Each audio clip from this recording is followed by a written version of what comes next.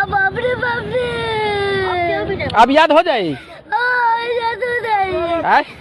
याद हो जाए। एक तो लेके दूध तक हम झूठ बोला था।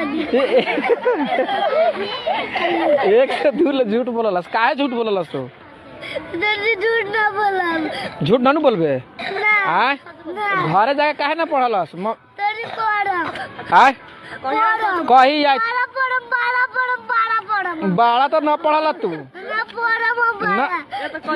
तू हमरा के बहुत परेशान कैले बा। तू गाड़ पकड़ लेनी कान रे। है सुन मम्मी जाले ना कहले तारा तू बैठबे ना करलस पढ़े काहे? हाँ तो मम्मी झूठ ना बोलले तोहर। मम्मी तोहर शिकायत मम्मी शिकायत भेजल है हमरा मम्मी से। समझ में आयल? हमारा रात में कबन हम का करे? हम ना आयम रात में। हम का करे? ना आयम हम रात में। जबरदस्ती